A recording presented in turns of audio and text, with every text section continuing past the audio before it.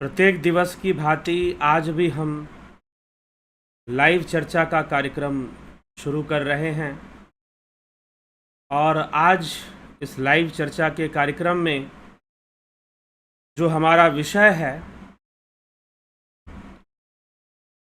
ज्ञानम अन्नम। ज्ञानम अन्नम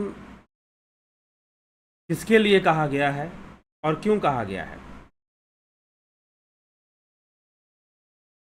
ज्ञान और अन्न का रहस्य शिव सूत्र के शाक्त उपाय का 9वां सूत्र है। ये शिव सूत्र में शाक्त उपाय का 9वां सूत्र यह है ज्ञानम अन्नम।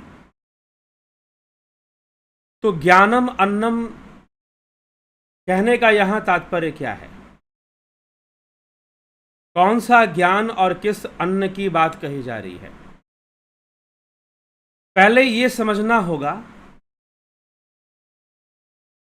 कि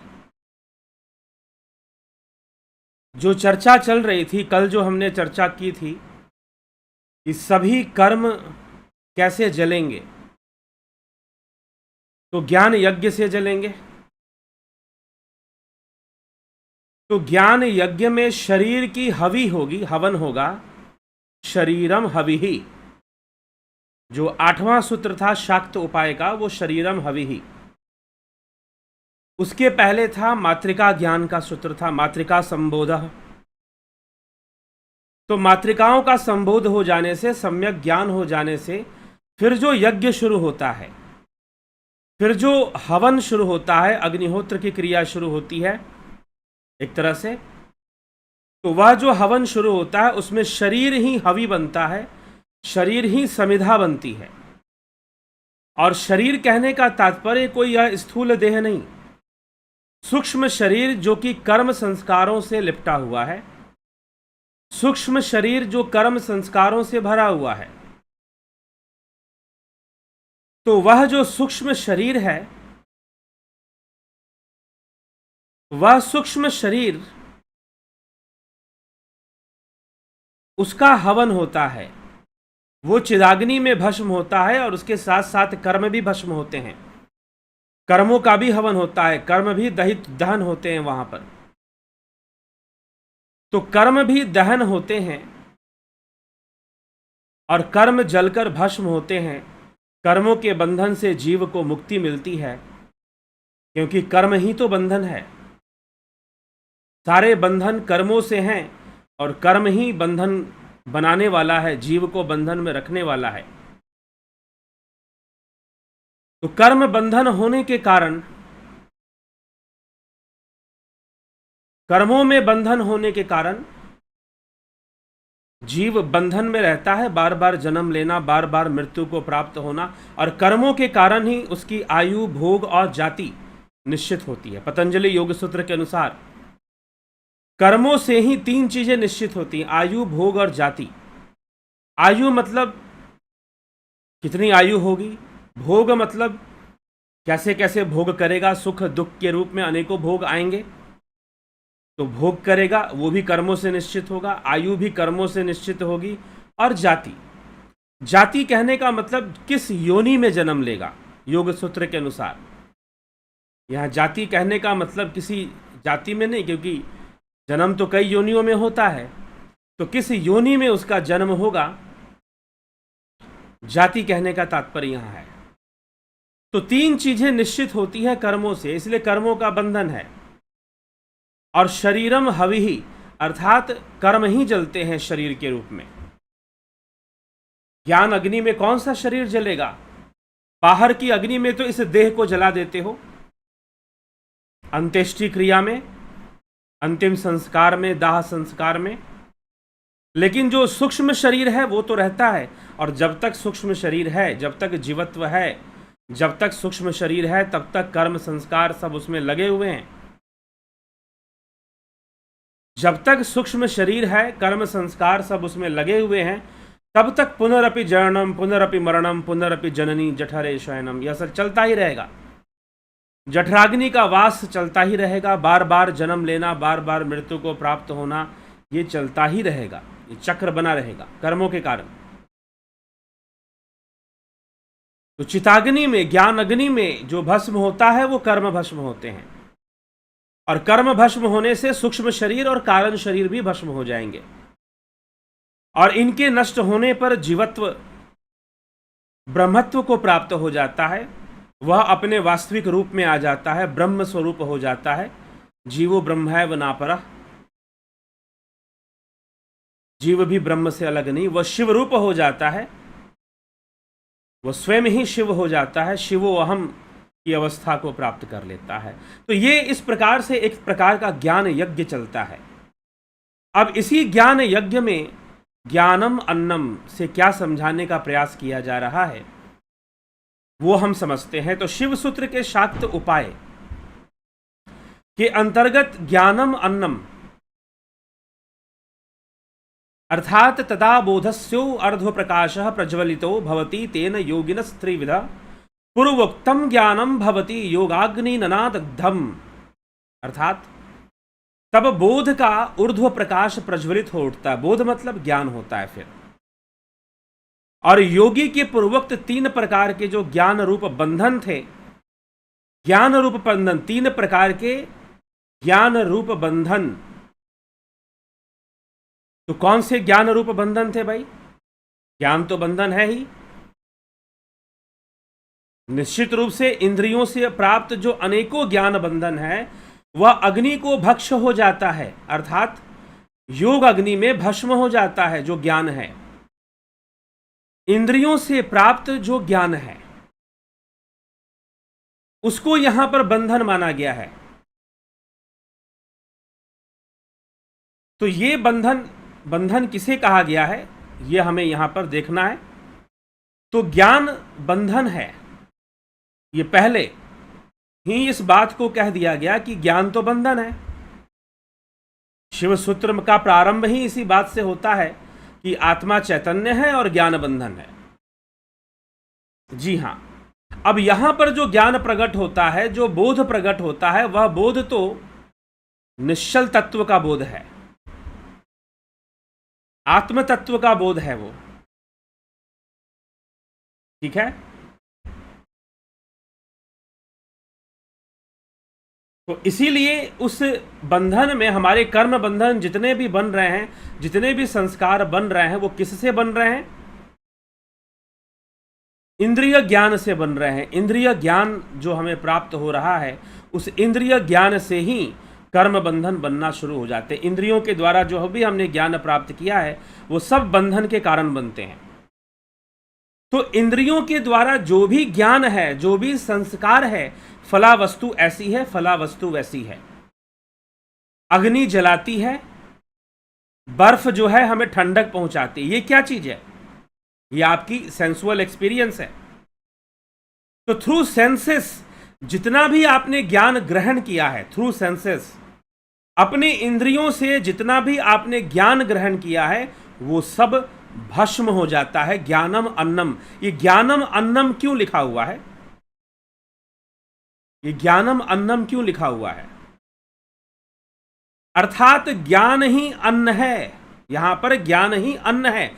ये एक कंपैरिजन किया गया, जैसे कि आप जब हवन करते हैं, आप नवरात्रि में या महाशिवरात्रि में या अलग अलग त्योहारों में कोई भी पूजा पाठ होता है, मकर संक्रांति हो गई, छठ महापर्व हो गया, तो 3 दिन का महाव्रत के बाद हवन किया जाता है।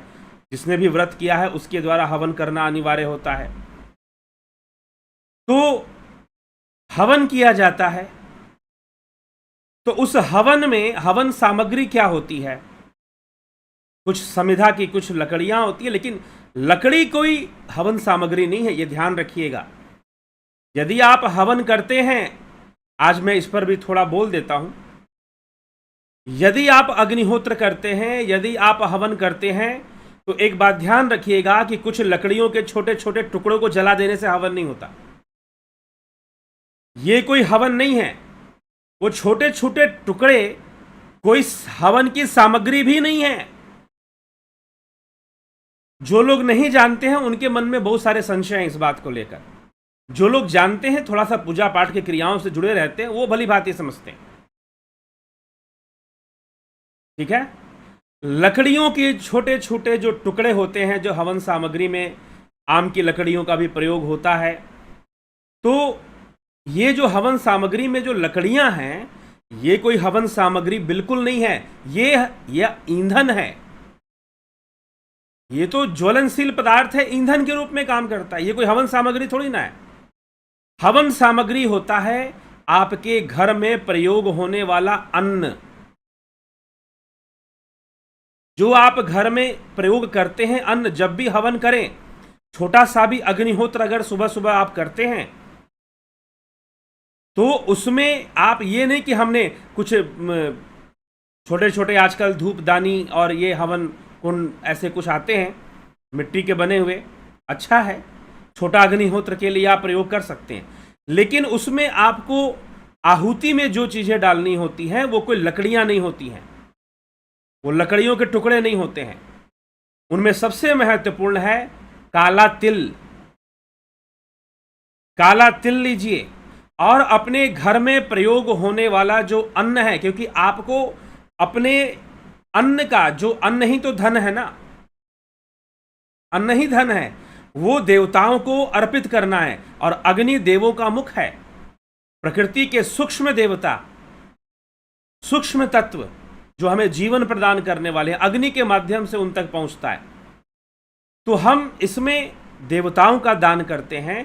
तो आपके घर का जो अन्न है, जो चावल, विशेष रूप से चावल शुद्ध माना जाता है, अधिक ज्यादातर पूजा पाठ में प्रयोग होता है, तो चावल का प्रयोग, काले तिल का प्रयोग, और कुछ भी आप देवताओं को भोग लगाना चाहें तो वो सारी चीजें, अगर आप कोई मिष्ठान लाते हैं या फल लाते हैं, उनका भी अंश, दूध दही का भी अंश, दूध दही घी घृत आदि, ये जो इन सब का भी अंश हवन सामग्री में, हवन में, आहुति में पड़ना चाहिए। तो इस प्रकार से, नहीं तो छोटा मोटा आपको हवन अगर अग्निहोत्र करना है तो थोड़ा सा चावल और काला तिल आप मिला लीजिए घी के साथ, ठीक है। बाकी उसमें लकड़ियां मिली हुई हैं, लकड़ियां तो ईंधन का काम करती हैं। वो जो हवन सामग्री का आप पैकेट खरीद कर ले आते हैं, उसमें काला तिल कई लोग मिलाते हैं, तो देखते हैं कि आजकल लकड़ियों के ही टुकड़े पैक कर कर दे देते हैं, तो वो कोई हवन सामग्री नहीं है। तो काले तिल का प्रयोग, थोड़े से चावल का प्रयोग, और इन सब चीज़ों का प्रयोग जो है आप जरूर कर कर आप अग्निहोत्र क्रिया कीजिए। इनको घी के साथ मिक्स कर कर आप अग्नि को अर्पित कीजिए, ये हवन, तब जाकर आपका हवन होगा। तो उसी प्रकार से, जिस प्रकार से साधारण यज्ञ में यथे धांसी समिधोर अग्नि भस्म सात कुरते अर्जुन, श्री कृष्ण भगवान, श्रीमद् भगवद गीता ने इन शिव सूत्रों को अच्छे से समझाया है। श्रीमद् भगवद गीता में भगवान कृष्ण इसको बहुत अच्छे से प्रस्तुत कर रहे हैं। इसी विषय को जो हम अभी शिव सूत्र में पढ़ रहे हैं, शिव सूत्र में समझने का प्रयास कर रहे हैं। तो जिस प्रकार से अन्न जो है, अब अग्निहोत्र क्या है, आप भोजन करते हैं ना, आप खाना खाते हैं, यह भी एक प्रकार का अग्निहोत्र है। कैसे, पूछो कैसे भाई, खाना खाना अग्निहोत्र कैसे है? जी हां, भोजन करना भी अग्निहोत्र है, एक प्रकार का हवन है, एक प्रकार का यज्ञ है यह भी, क्योंकि इंद्रियों को भी देवता बताया है उपनिषदों ने। उपनिषद जाके पढ़िए, नहीं तो उपनिषद के 9 इशादी 9 उपनिषद का प्लेलिस्ट बना हुआ है, उसको जाके सुन लीजिए। इंद्रियों को भी, ये आंखें भी देवता हैं, ये ज्ञान इंद्रियां, ये कर्म इंद्रियां, ये भी तो हमें जीवन, भाई अगर किसी का हाथ टूट जाए, किसी की आंखें खराब हो जाए, तो हानि तो हुई ना जीवन में उसकी। तो जीवन को बेहतर तरीके से जीने के लिए ये कर्म इंद्रियां, ज्ञान इंद्रियां भी इस शरीर में देवता रूप में स्थापित हैं, तो ये भी देवता हैं। तो जब आप भोजन करते हैं, तो जो भी अन्न आप ग्रहण करते हैं वो कहां जाता है? अग्नि में जाता है। वो हमारे जठर में, हमारे पेट में जो अग्नि है, वहां पर अग्नि होती है, वहां कंबशन का प्रोसेस बायोलॉजी ने बहुत बाद में ढूंढा, वेस्टर्न साइंस ने बहुत बाद में ढूंढा कि पेट में अग्नि होती है। हमारे शास्त्रों में बहुत पहले से बताया गया है कि पेट में अग्नि होती है और वहां जाकर भोजन पचता है उस अग्नि से। तो ये भी एक प्रकार का अग्निहोत्र हो जाता है फिर। तो जो भी हम भोजन करते हैं वो हम में ही बदल जाता है। जो भी हमने खाया वो हमारा शरीर ही बन जाता है फिर। उसी प्रकार से इंद्रियों से प्राप्त जितना भी ज्ञान है, पंच ज्ञान इंद्रियों से, आंख से, कान से, नाक से, मुंह से और बुद्धि से, जितना भी हम प्रोसेस कर कर कंक्लूजन निकाल कर प्रोसेस कर कर जो भी हम ज्ञान हासिल करते हैं वह सभी ज्ञान बंधन के रूप में है। तो जब ज्ञान यज्ञ होता है, जब चिदाग्नि प्रकट होती है, तो उस चिदाग्नि में, ज्ञान यज्ञ में, वो सारा ज्ञान अन्न का रूप धारण कर कर भस्म होता है और वो जो ज्ञान था परिवर्तित हो जाता है आत्मज्ञान में। वो जो ज्ञान था परिवर्तित हो जाता है आत्मज्ञान में। इसलिए आत्मज्ञान की प्रेरणा भी पहले इंद्रिय ज्ञान से ही मिलती है। आत्मज्ञान की प्रेरणा भी पहले इंद्रिय ज्ञान से मिलती है।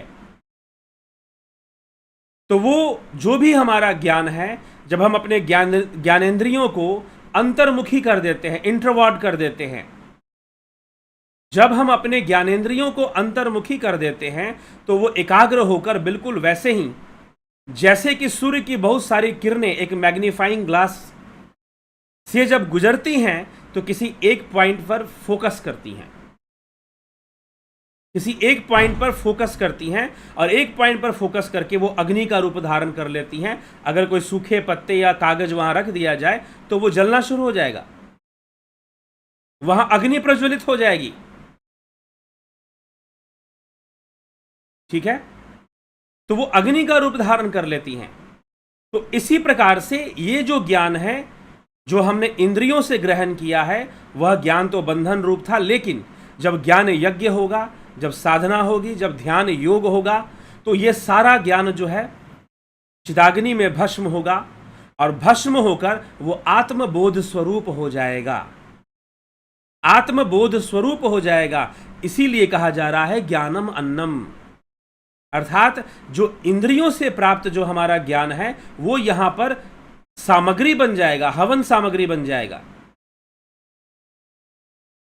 इस हवि में शरीरम हविहि, यह जो यज्ञ चल रहा है ज्ञान यज्ञ, आध्यात्मिक रूप से साधना का यज्ञ जो योगी करते हैं, उसमें जो बाहरी ज्ञान है, जो बाहर का जो हमारा इंद्रिय ज्ञान हमने जो हासिल किया है वो सब इसमें जल के भस्म होंगे और एक आत्मबोध को प्रकट कर देंगे। आत्मबोध को मतलब इंद्रियों का संपर्क जो है अब उस तत्व से होगा, इंद्रियों का संपर्क उस परम तत्व से होना शुरू हो जाएगा और सूक्ष्म इंद्रियां अंदर ही अंदर उस आत्मबोध को प्राप्त करना शुरू कर देंगी। तो ये सारा का सारा ज्ञान अपने आप उसमें समाना शुरू कर देगा। भगवान श्री कृष्ण अर्जुन से कहते हैं ज्ञानम ते अहम स विज्ञानमीदम वाक्ष्याम शेषत यज ज्ञात्वा नेहम भूयो अन्यत् ज्ञातव्यम अवशिष्यते। कि अर्जुन ज्ञानम ते अहम स विज्ञानमीदम वाक्ष्याम शेषत, अर्जुन मैं तुझे यह ज्ञान विज्ञान सहित बताऊंगा जिसको जान लेने के बाद कुछ और जानना शेष नहीं रहता है, कुछ बचता नहीं है। तो उस ज्ञान अग्नि में जन्म जन्मों जन्म के कर्म भस्म होते हैं। उस ज्ञान अग्नि में कर्म संस्कार जो कि बाह्य इंद्रियों के कारण, बहिर्मुखी चर्म चक्षुओं और बहिर्मुखी इंद्रियों के कारण जो हम ज्ञान प्राप्त करते हैं उसका प्रभाव हमारे ऊपर बहुत ज्यादा होता है, लेकिन वो सब मिथ्या ही है।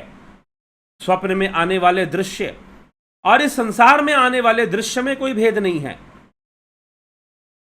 जिस समय आप स्वप्न देख रहे होते हैं उस समय स्वप्न ही सत्य होता है। हाँ, नींद खुलती है तो पता चलता है कि भाई सपना चल रहा था, ये तो ड्रीम चल रहा था, ये तो इस तरह से ये सिस्टम है। तो ज्ञानम अन्नम, जो ज्ञान रूपी, जो बंधन रूपी जो ज्ञान है वो यहां पर क्या बनेगा, इस हवन का, इस यज्ञ का समिधा बनेगा, वह सामग्री हवन सामग्री बनेगा। वो असली में हवन सामग्री है, क्योंकि वास्तव में आप जो बाहर में जो हवन करते हैं उसकी मुख्य सामग्री अन्न है जो आप भोजन करते हैं ना। इसलिए जब भी आप हवन करते हैं आप ध्यान रखिए, ये बहुत ही बढ़िया एक उपाय भी है। जब भी आप अग्निहोत्र करते हैं, अपने घर से जो भी अनाज, उसमें मुख्य रूप से चावल, दालें भी हो सकती हैं, लेकिन आप प्रयोग करें तो ज़्यादातर कोशिश करें छिलके वाले जो दाल होते हैं। नहीं तो ऐसी कोई वो नहीं है, जो भी अन्न आप ग्रहण कर रहे हैं उसका थोड़ा थोड़ा हिस्सा आप उसमें से ले लीजिए और हवन सामग्री में आप घी के साथ मिक्स कर कर जो है आप हवन सामग्री में अर्पित कीजिए।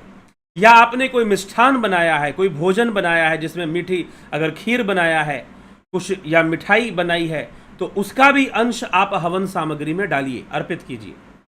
इससे क्या होगा कि जो भी भोज्य पदार्थ है वो पवित्र हो जाएगा। ये एक बाहरी क्रिया है, लेकिन यहां ज्ञान यज्ञ की चर्चा चल रहा है, इसीलिए ज्ञानम अन्नम लिखा जा रहा है, क्योंकि हवन की जो मुख्य सामग्री है वो अन्न होती है, ना कि लकड़ियां होती हैं। लकड़ियां तो ईंधन के रूप में प्रयोग की जाती हैं, वो कोई हवन सामग्री थोड़ी ना है। तो अन्न ही मुख्य रूप से हवन सामग्री होता है। इसीलिए इस ज्ञान यज्ञ में जो बाहरी ज्ञान है, जो ऐन्द्रिक ज्ञान है, जो इंद्रियों से उत्पन्न हुआ है ज्ञान, वह ज्ञान अन्न का काम करता है, अर्थात उसी को तो आहुति, उसी को तो अर्पित करना है। अगर आत्मज्ञान की प्राप्ति करनी है, यदि आत्मबोध को प्राप्त करना है, सम्यक बोध को प्राप्त करना है, तो इस बाहरी ज्ञान की आहुतियां उसमें देनी पड़ती हैं। अर्थात जिस समय हम ध्यान योग में लीन होते हैं, जिस समय हम शून्य अवस्था में पहुंचते हैं, जिस समय हम सोहंग पद से और सूक्ष्म अवस्था में चलकर उस संधि स्थान पे पहुंच जाते हैं जहां पर न श्वासें आती हैं न जाती हैं, ऐसी अवस्था में जब हम पहुंच जाते हैं वहां पर बाह्य ज्ञान शून्य हो जाता है, इंद्रियों का ज्ञान शून्य हो जाता है वहां पर। अर्थात जो इंद्रियों को समर्पित ज्ञान था, जो बहुत तरह के विचार पैदा करता है, वृत्तियां पैदा करता है, बहुत तरह के थॉट वेव्स क्रिएट करता है,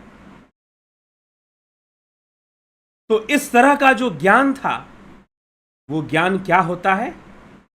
वह जो ज्ञान है वो सब वहां पर खत्म हो जाते हैं और वहां हमें एक आनंद का बोध, आत्मा का जो वास्तविक स्वरूप है आनंद, उसका बोध होना शुरू हो जाता है और बाहरी इंद्रिय ज्ञानों से हमें कोई मतलब नहीं रह जाता। तो जितना भी ऐन्द्रिक ज्ञान था, जितना भी सेंसुअल एक्सपीरियंस था, सेंसुअल नॉलेज था, उन सब की आहुति हो जाती है। वो इस यज्ञ में, इस ज्ञान यज्ञ में हवन सामग्री का काम करते हैं। वही भस्म होते हैं, वही जलते हैं और उनके जलने से कर्मों का और संस्कारों की जो राशि है वो भी जलकर नष्ट हो जाते हैं, संस्कारों की भी राशियां जलने लग जाती हैं। तो योगी को चाहिए कि प्रयत्न पूर्वक वह अपने इस अभ्यास में लगा रहे, अपने इस अभ्यास में वो प्रयत्न पूर्वक लगा रहे तो अच्छा है।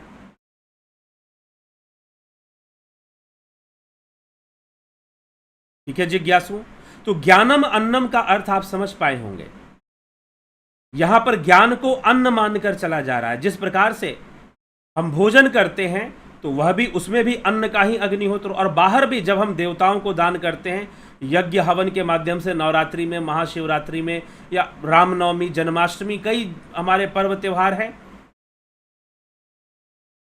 या फिर आप कोई पूजा अनुष्ठान करवाते हो, रुद्राभिषेक करवाते हो, चंडी यज्ञ करवाते हो, या फिर आप जो है कई तरह के अनुष्ठान इस प्रकार से होते हैं, तो आप किसी भी प्रकार का यज्ञ या हवन उसमें करते हैं तो उसमें जो सामग्री होती है, उसमें जो मुख्य अंश जो सामग्री का होता है वो अन्न होता है। अन्न को ही अर्पित किया जाता है सामग्री में। तो इसी प्रकार से ज्ञानम अन्नम, ज्ञान को अन्न, जब हम ज्ञान यज्ञ करते हैं, जब हम ध्यान योग, साधना योग, जब हम इसमें निकलते हैं ध्यान योग में, तो वहां पर भी एक प्रकार का यज्ञ हो रहा है और उसमें जो इंद्रियों से प्राप्त जो ज्ञान है वो सामग्री बन जाती है। उनका वहां पर हवन होता है, उनका स्वाहा होता है,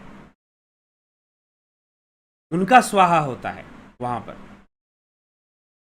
ठीक है, तो इस प्रकार से यह इसी बात को समझाने के लिए ज्ञानम अन्नम लिखा गया है। और वो जो है इंद्रियों के ज्ञान को अन्न बनाकर जब हम आहुति दे देते हैं ज्ञान यज्ञ में, ध्यान योग में, भैरव साधना में, शांभव साधना या शाक्त साधना में जब हम आहुति दे देते हैं तो आत्मबोध रूपी ज्ञान प्रकट होता है। आत्मबोध रूपी ज्ञान प्रकट होता है। जैसे कि भोजन कर लेने से, अन्न ग्रहण कर लेने से ये शरीर बलिष्ठ होता है, अन्न तो पच के नष्ट हो जाता है, अन्न तो अपना स्वरूप खो देता है, लेकिन शरीर का स्वरूप और दृढ़ हो जाता है। तो यह सब सारे विषय हैं। इन विषयों को ज्ञानम अन्नम का यह रहस्य है जो यहां पर शिव सूत्र में लिखा जा रहा है। शाक्त उपाय के 9वें सूत्र में, शाक्त उपाय में 10 सूत्र हैं, एक सूत्र अभी और बाकी है जिस पे हम चर्चा करेंगे, और उसके बाद आणव उपाय पे चर्चा शुरू हो जाएगी। आणव उपाय भी बहुत ही इंटरेस्टिंग टॉपिक है। थोड़ा सा शाक्त उपाय शिव सूत्र की जो बातें हैं आपको ज़्यादा गहराई, ज़्यादा प्रैक्टिकल वे में कई बातें ज़्यादा आपको दिखाई देंगी यहाँ पर, ठीक है। तो इसीलिए आणव उपाय है, फिर स्पंदनकारी का है, तो उसके ऊपर भी हम अध्ययन करेंगे। यहाँ पर व्याख्यान उसके ऊपर भी चलेगा, उसके ऊपर भी बातें आगे बढ़ेंगे।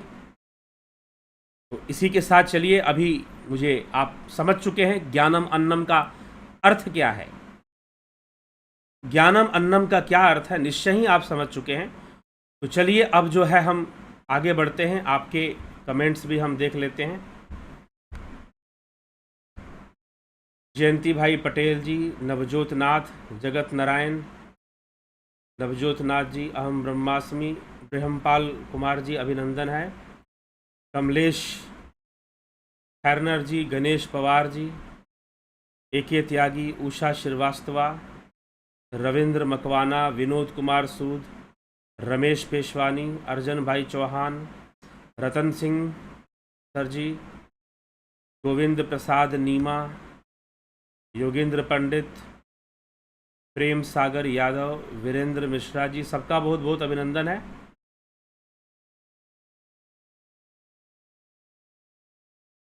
प्रेम सागर यादव, वीरेंद्र मिश्रा, विष्णुचंद्र मौर्य, हरीश डंगवाल, शिवा शर्मा, ज्योति दत्ता, चित्रंजन बरुआ।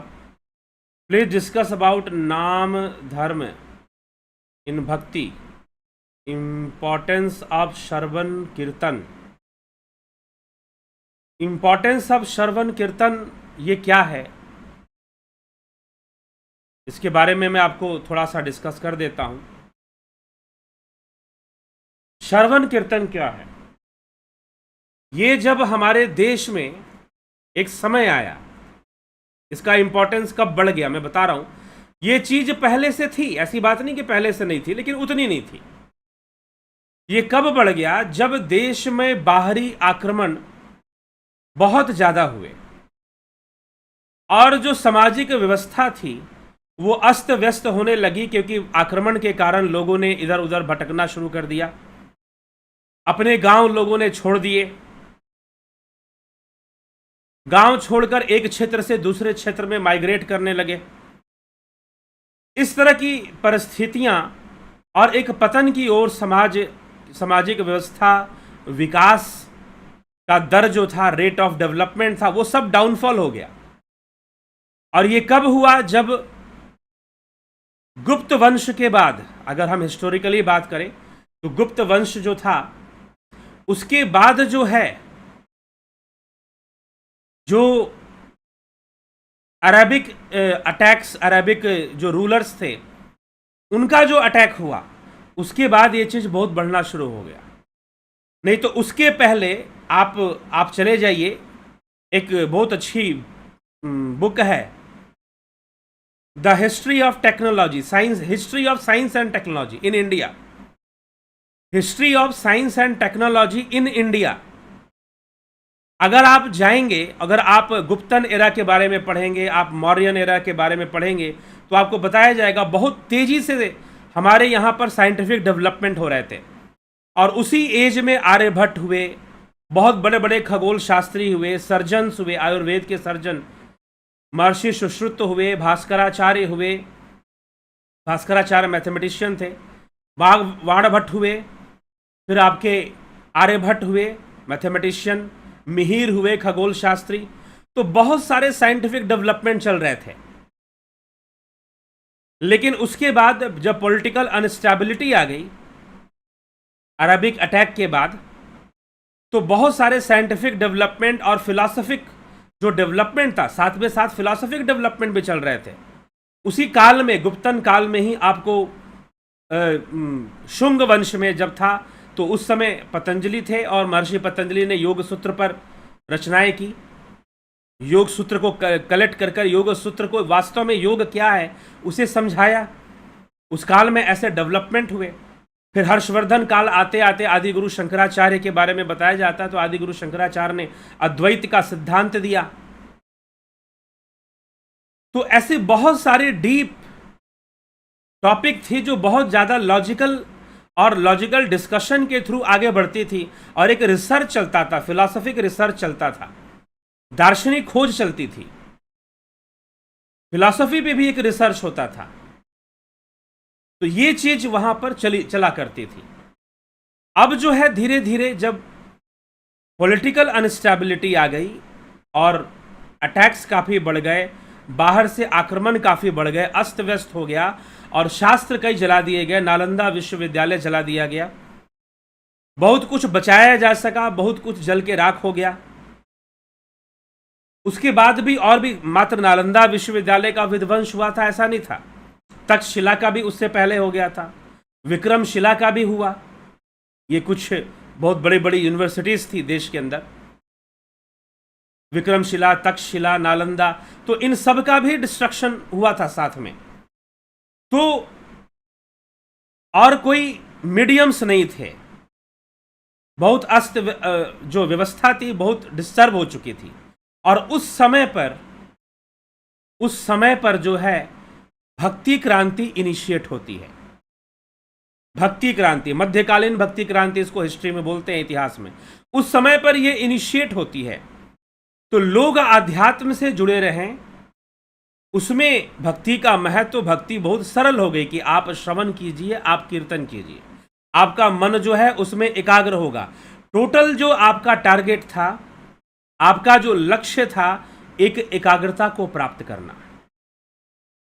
श्रवण और कीर्तन से भी आपका उद्देश्य एकाग्र अवस्था को प्राप्त करना ही है। भक्ति का अर्थ है जुड़ जाना, विभक्ति का अर्थ है अलग अलग हो जाना। योग का अर्थ भी है जुड़ जाना, वियोग का अर्थ होता है अलग हो जाना।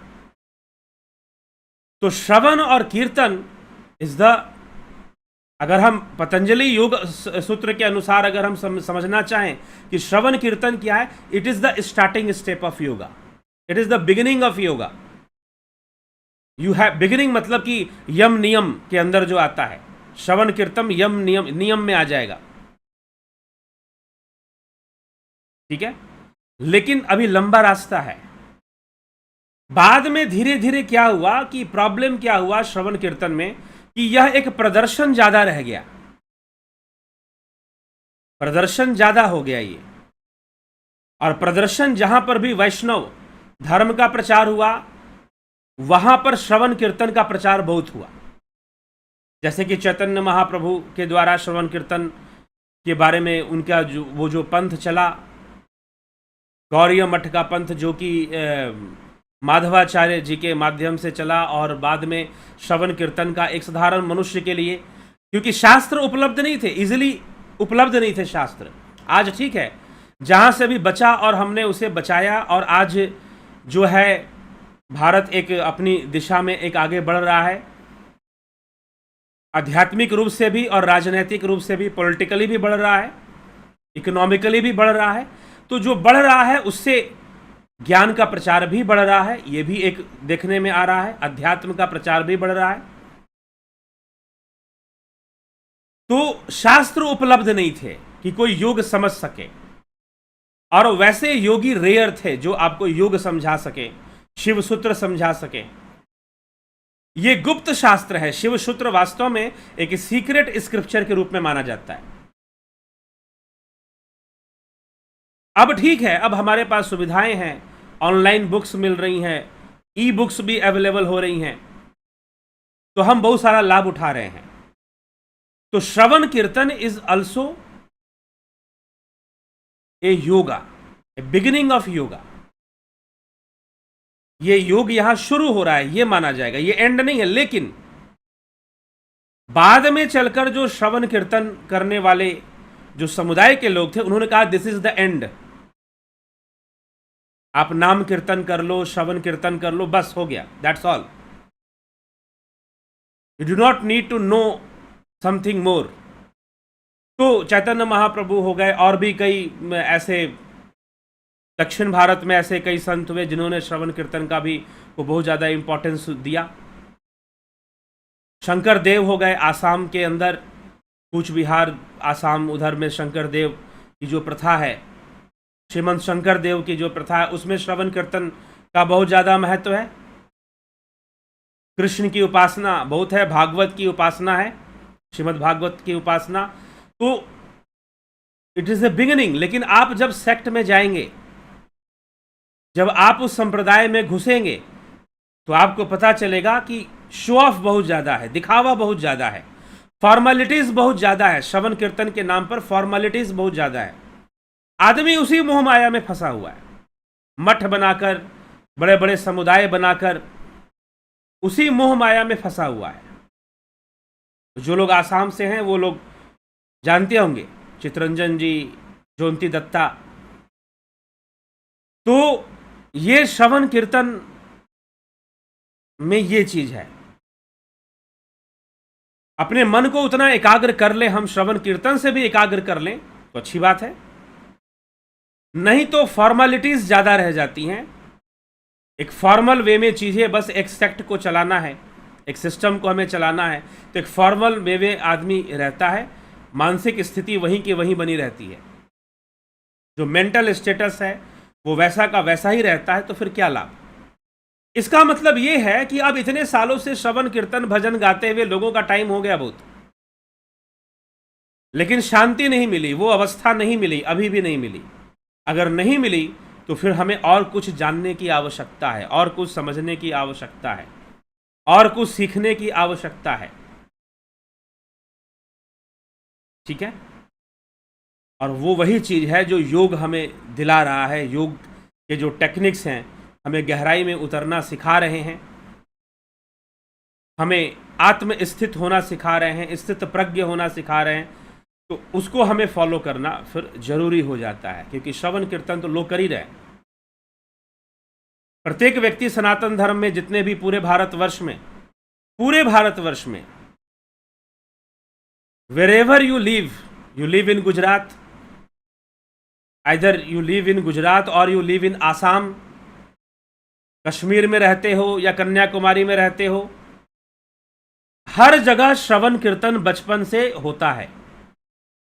सदर्न पार्ट ऑफ इंडिया में हम अगर चले जाएंगे, सदर्न पार्ट ऑफ इंडिया में आप जाएंगे तो वहां पर आपको विष्णु सहस्रनाम, भज गोविंदम स्तोत्र का रेगुलर पाठ लोग करते हैं, रेगुलर चलता है।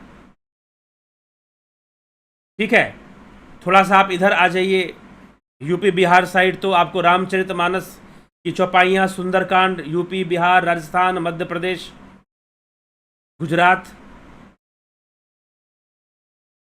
रामचरितमानस की चौपाइयाँ, हनुमान चालीसा, सुंदरकांड, रेगुलर पाठ लोग करते हैं।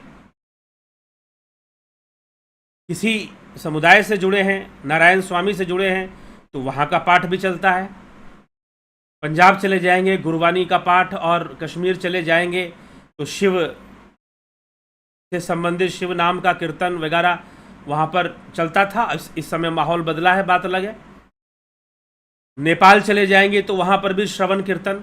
तो कहीं पर भी आप बचपन से ही श्रवण कीर्तन पूरे देश में चलता है किसी न किसी रूप में।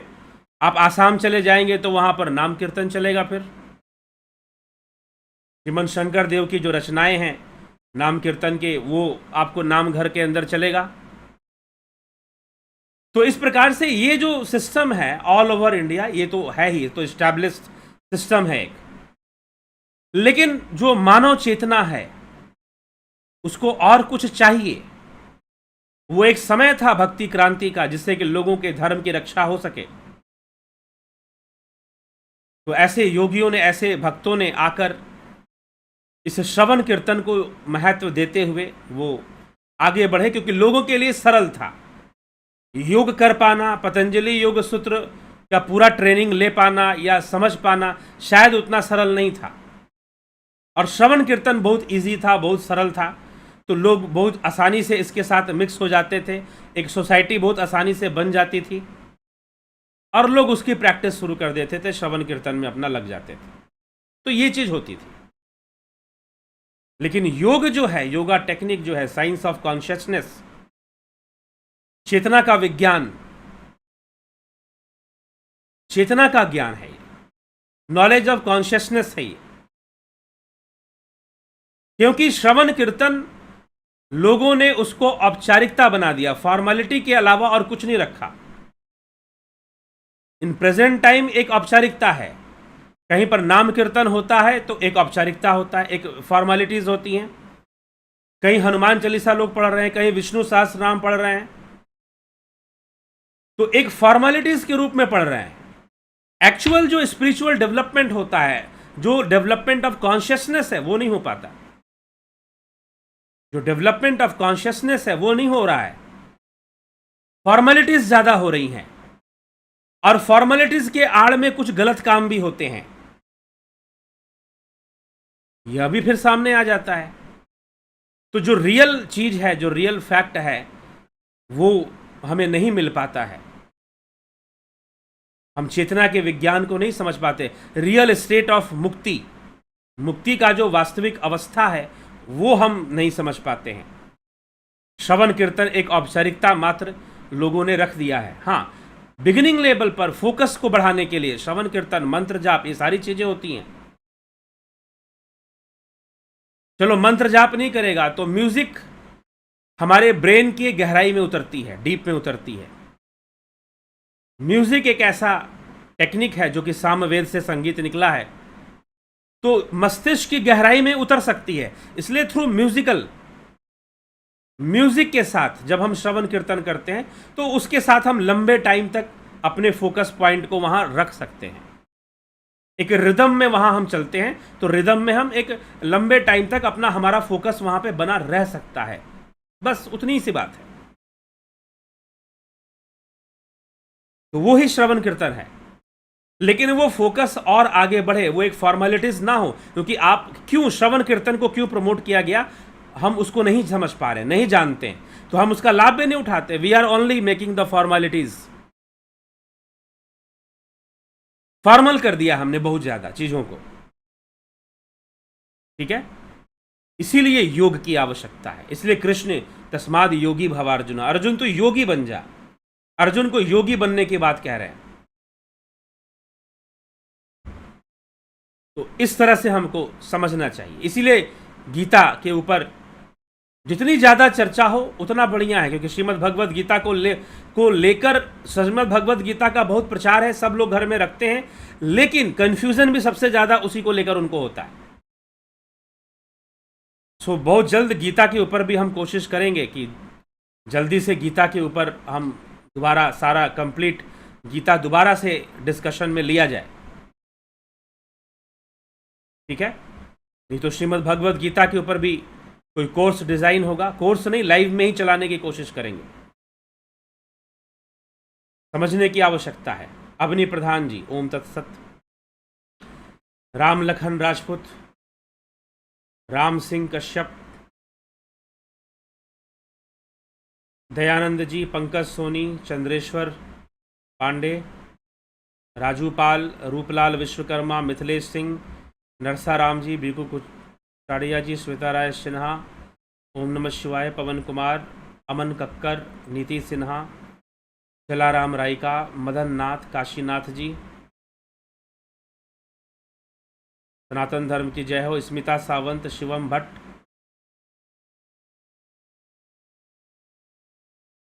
रजत गुप्ता, भोजन या अन्न की शुद्धता कैसे बनाए रखें?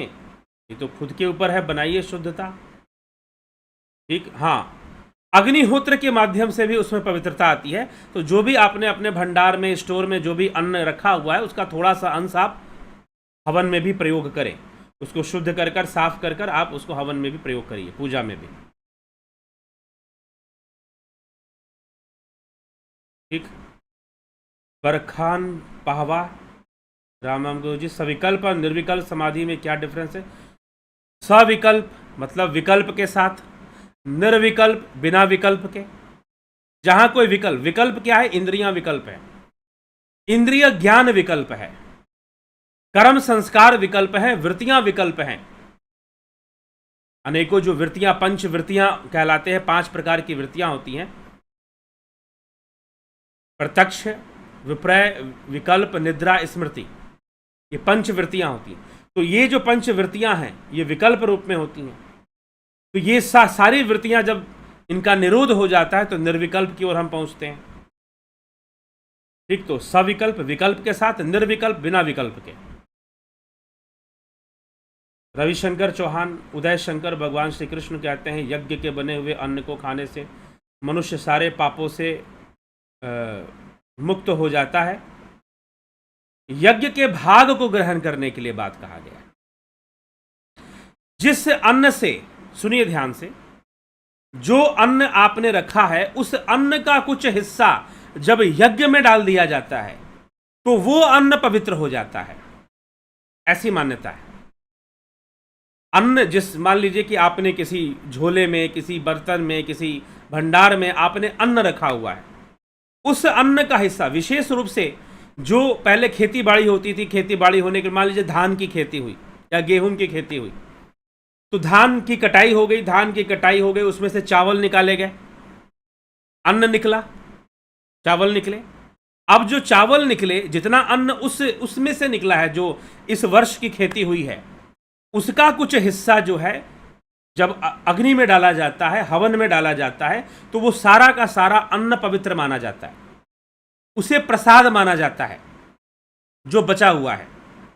इसीलिए तो जो हम चढ़ाते हैं, जो मान लीजिए कि आपने मिठाई, लड्डू का एक पैकेट खरीदा, 1 किलो लड्डू, और उसमें से आपने भोग लगा दिया, तो वो सारे लड्डू प्रसाद हो गए।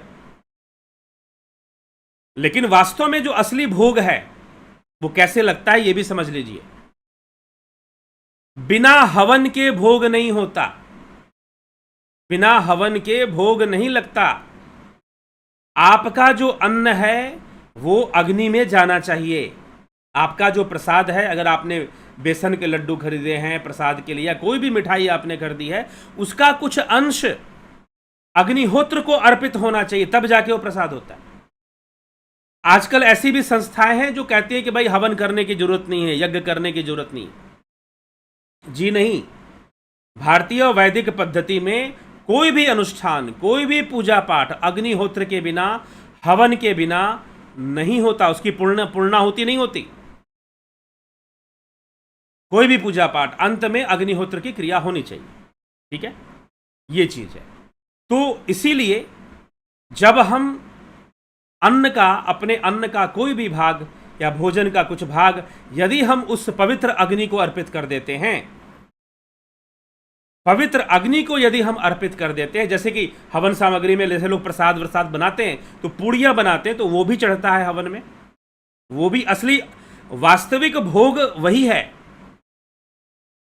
अग्नि को अर्पित करना ही वास्तविक भोग है। भोग लगाना होगा फिर, ठीक है। तो जब आप अग्नि को चढ़ा देते हैं तो वो पवित्र होता है। अब क्या चीज पवित्र होती है भाई, कैसे पवित्र होता है ये बताइए।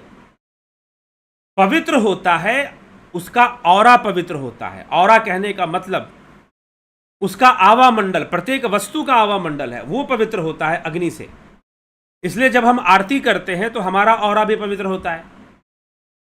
जब हम आरती कर रहे होते हैं तो हमारा भी ऑरा पवित्र होता है। उस समय ऑरा की क्लीनिंग होती है, पवित्र हो जाता है। ये मतलब नहीं कि भाई किसी ने यज्ञ किया और उसमें अन्न सामग्री डाल दी उसने उसमें, तो अन्न की सामग्री उसमें उसने डाल दी, तो अन्न तो पवित्र हो गया, लेकिन उस बाद में कुछ मिला देगा गलत चीज, तो फिर तो गलत ही माना जाएगा ना वो। ठीक है, तो इसीलिए अन्न हो गया या फिर भोज्य पदार्थ हो गए, उनको हवन सामग्री में अर्पित किया जाता है, तभी भोग लगता है। वास्तविक भोग अनुष्ठान के अनुसार वही भोग होता है। ठीक, जी हाँ, तो इसीलिए कहा गया क्योंकि वो पवित्र हो जाता है, इसीलिए उसके पाप नष्ट होते हैं, मतलब उसका दोष नहीं बनता है।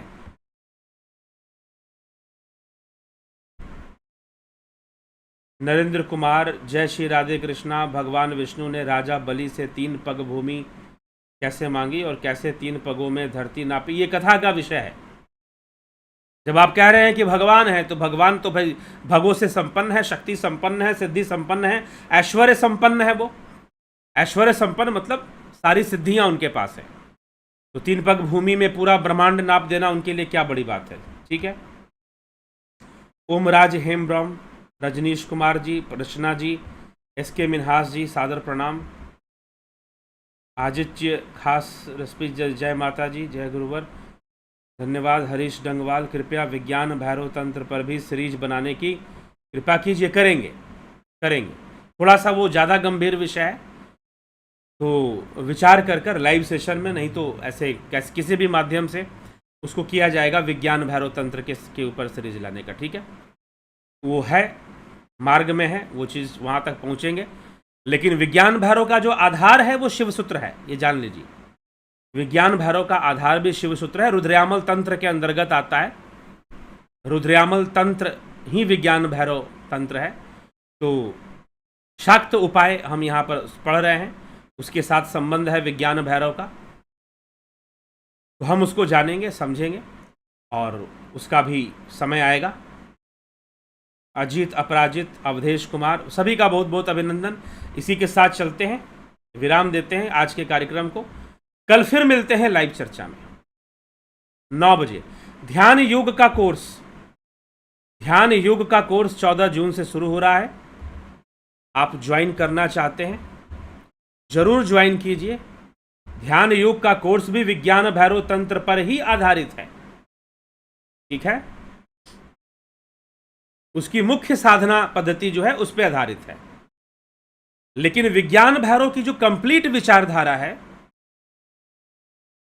वो समझ लीजिए कि भोग के माध्यम से भी योग तक पहुंचने का रास्ता वो बता देते हैं।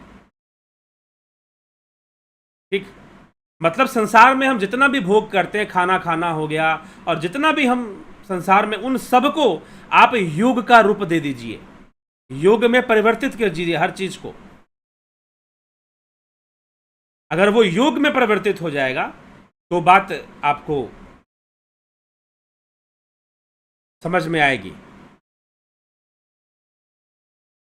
तो चलिए, 9661, तो ये नंबर आपको मैं दे रहा हूं, इस नंबर पर आप व्हाट्सएप मैसेज करके